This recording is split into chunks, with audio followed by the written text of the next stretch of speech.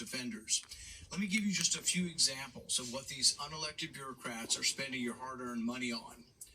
$4.8 million went to Ukraine's public affairs office in Kiev to fund social media influencers. Instead of protecting our own border, $2.1 million was sent to Paraguay to enhance their border security. USAID also funded a group of Ukrainian women-led designers to travel to the Paris fashion show. I don't know about you, but I'd imagine Ukrainian women have more important things to worry about than appearing in the Paris fashion show. USAID spent $2 million on transgender surgeries, hormone therapy, and gender-affirming care in Guatemala. $3 million was spent to promote girl-centric climate action in Brazil.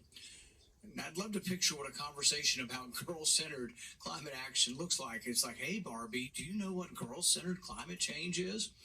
Since when do we believe arguments need to be tailored for girls to understand? How insulting to women at large that they think there are special arguments for girls to understand that are different than boys. $25,000 to fund a transgender opera in Colombia. Was nobody in Colombia willing to buy a ticket?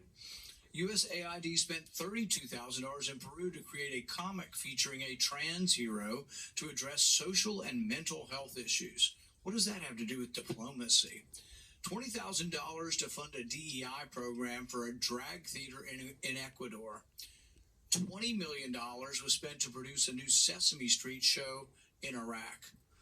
USAID spent $6 million to promote a project boosting sustainable tourism in Egypt.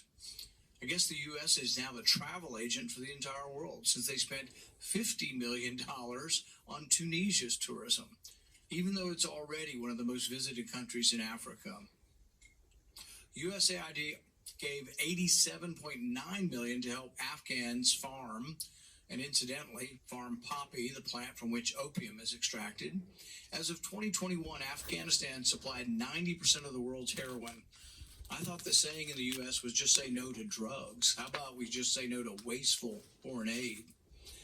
$70,000 for a live musical event to promote diversity, equity, inclusion, and accessibility in Ireland. State Department paid $330,000 to compile a disinformation index to blacklist conservative media outlets. USAID funneled over $54 million to EcoHealth Alliance, funding the very organization linked to the Wuhan Institute of Virology, the likely origin of the COVID-19 pandemic. Disgraceful. $15 million was awarded to Taliban-controlled Afghanistan to distribute oral contraceptives and condoms.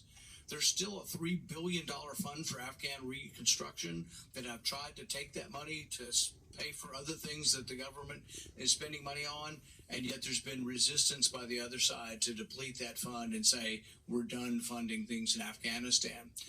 This is just the tip of the iceberg. These